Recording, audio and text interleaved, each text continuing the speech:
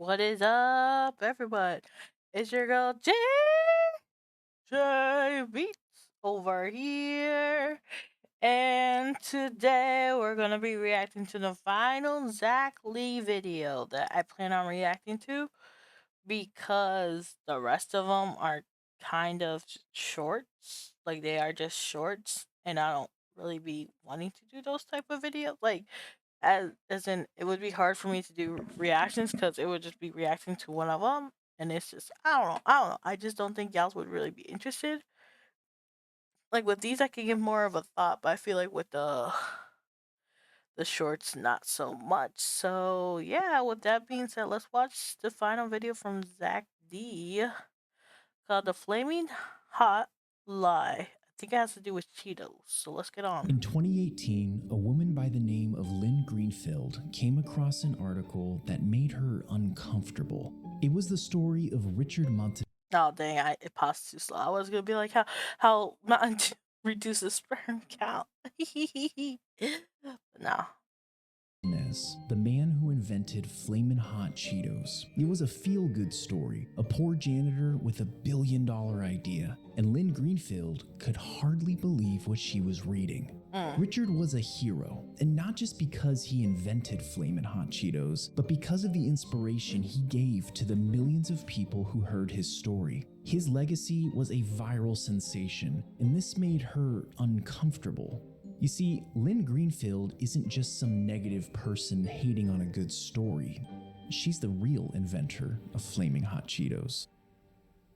Is that really her, or is this some random person? That would be kind of crazy. Imagine. It's not even imagine. This happens all the time where people just steal your idea. Like, but it was $1 million or $1 billion idea. I think that would be the upset part. Like if they actually got success on your idea. But we got to continue on with the story. After this discovery, Lynn Greenfield contacted Frito-Lay to set the record straight. And this started a chain reaction that led us to where we're at today. But before we go any further, you need to be familiar with Richard's side of the story. And let me warn you, it's heartwarming. In the 1980s, Richard Montanez was a janitor at a Frito-Lay plant outside of Los Angeles. Roger Enrico was the CEO at the time, and he sent out a company-wide videotape encouraging employees. I'm sorry, that's kind of funny. Like, just think about it. It took him how many years in order for him to think, just add some spice to it. Like, imagine they're like, what can we do for our chips? Like, how can we make it better? Put some hot sauce into it. Like, we need something spicy. Oh my goodness, it just kind of reminds me of Takis because, like, if y'all know, you know. But like, when you was in high school and you had them girls who would just eat Takis and do a cheese. I think it's called cheese man cheese. It's gossip in Spanish. I'm saying it wrong though. But they would just gossip and be like, girl, munch on Cheetos or Takis.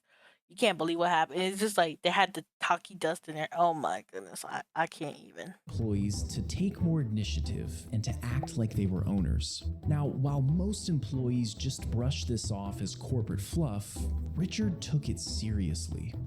He was at a local grocery store when he found himself studying the Frito-Lay products on the shelves. He noticed they were all plain and lacking real flavor, and that's when the idea hit him. The time had come to do a chip with some heat, some real spice. See, exactly. He snagged some plain Cheetos from the factory, and he and his wife worked to get the perfect mix of spices until he found the ultimate concoction.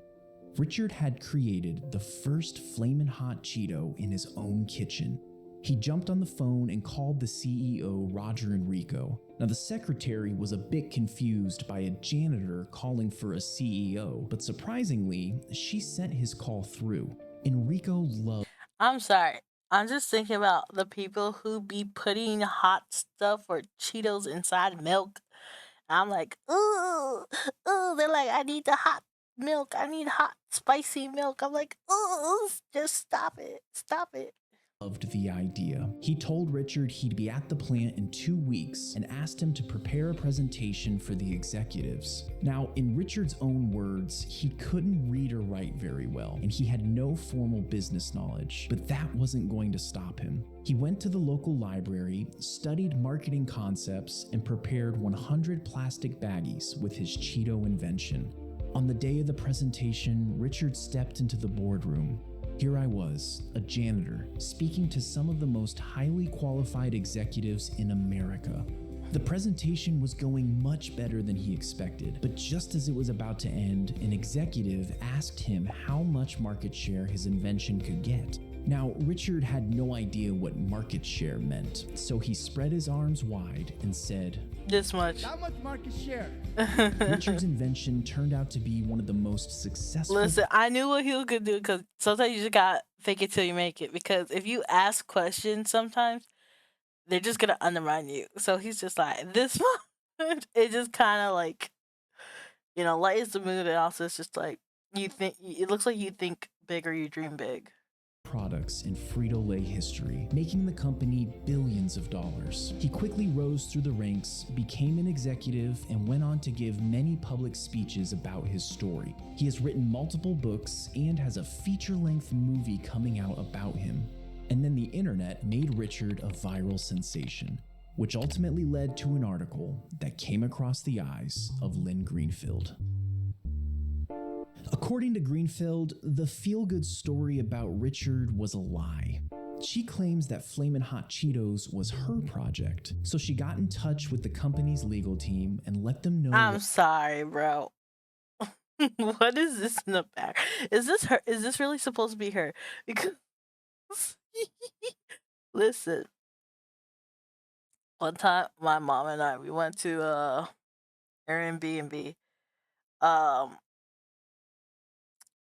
you know, I don't hate religion, by the way. I'm actually religious myself, but um, went into the house. We went into the house, and this is what it looked like straight up. But the thing is, when you put so much of like one certain thing, it looks more demonic, or like it looked like paranormal activity, or like any type of possession where you're like you gotta have like a super holy looking house because there's demons coming in. So when I saw it, I was like, oh my goodness, this is that vibe. What was happening. This triggered a company investigation, which concluded with Frito-Lay making this statement. You are charged with violating U.S. anti-money laundering laws. None of our records show that Richard was involved in any capacity in the Flaming Hot test market. Wait, huh?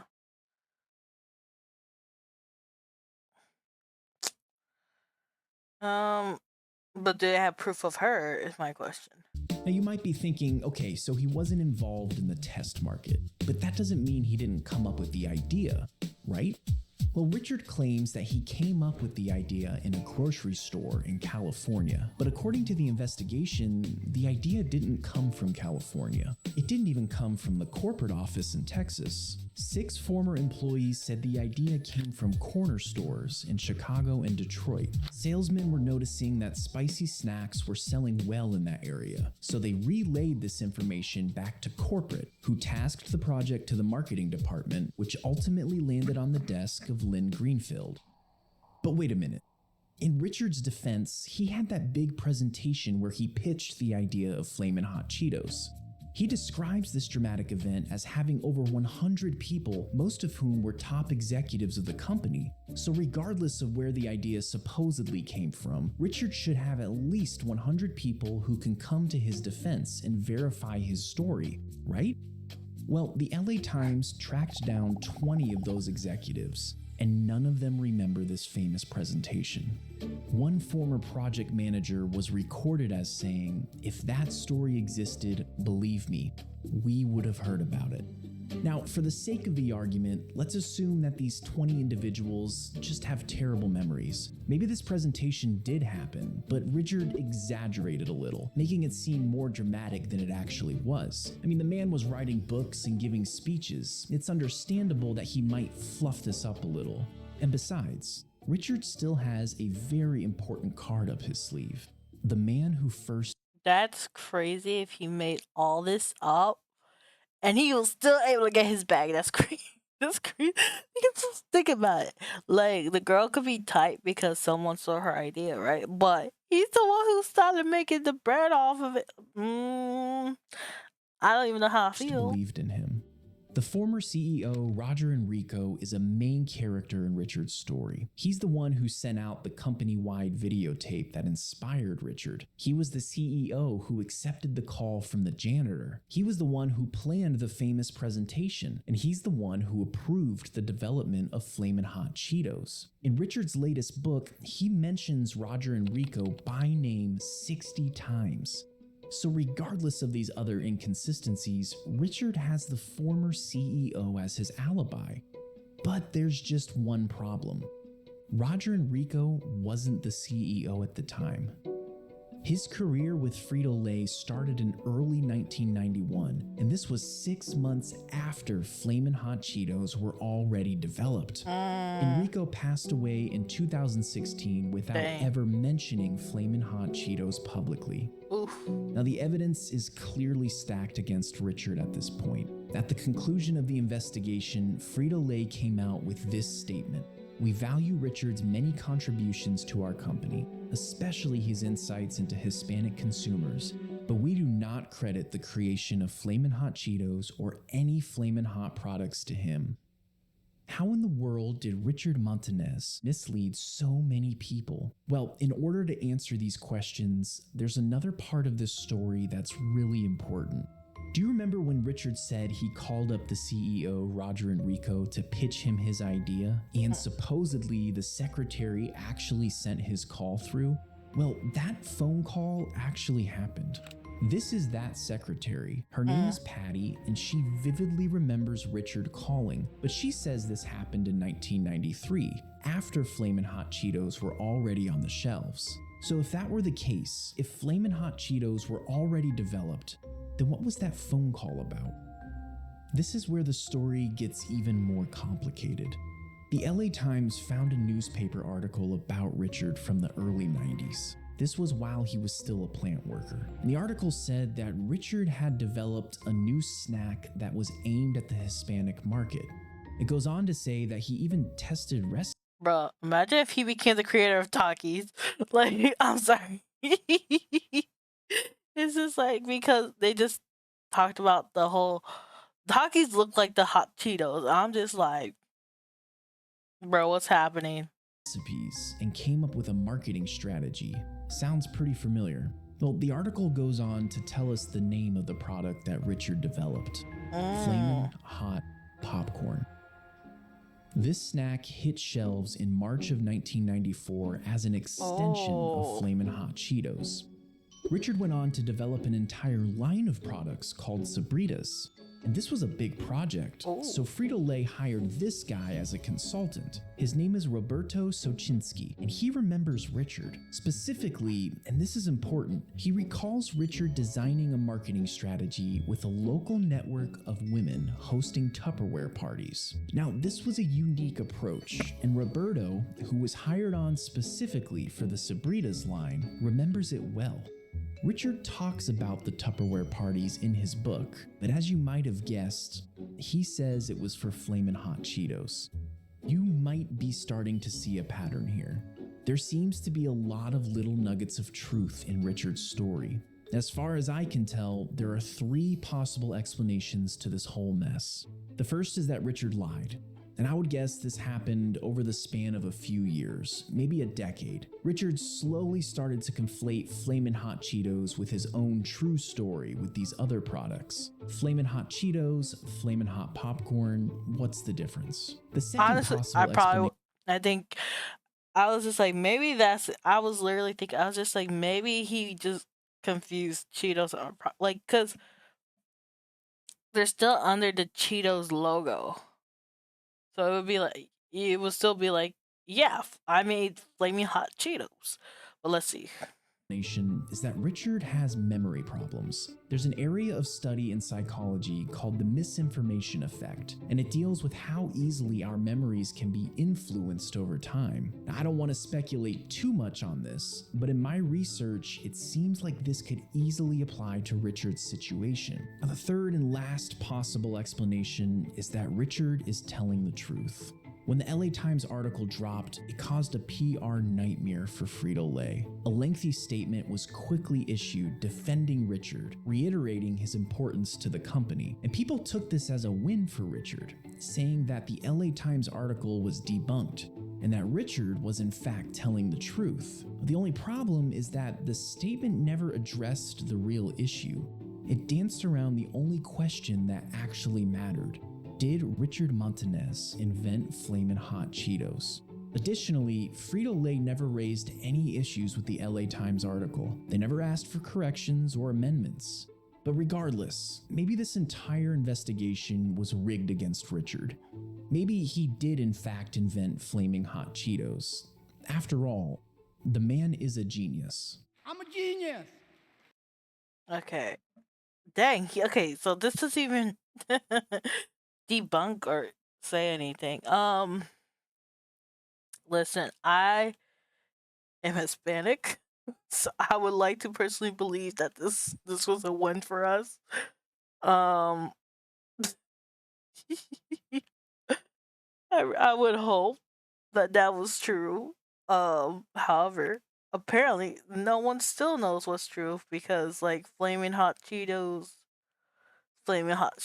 popcorn, like to me, they would be classified the same, but because they're saying people are saying that he did help make something, which is the popcorn.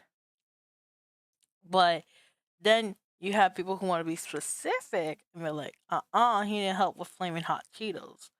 So I don't know, chat. What do you guys think? Do you want to believe that he did it, or do you think that he didn't do it? He's just trying to get a bag. Um, I don't know because it's like, did bro really fake it for that long, or is he telling the truth? I would like to believe he's telling the truth, but you don't know. Apparently, no one knows about no one because they only said 20 of the people talked to him. So, like, I don't know. What about the other 80? And then the one girl's like, I made the flaming hot Cheetos. It was me. And it's like, did she? Did she not? So people are saying that she did. I don't know how I feel. But what do you guys like to do? You want to believe that he did it, or do you want to believe that he didn't? What are your thoughts down below? But with that being said, that was the final Zach D video I was going to react to.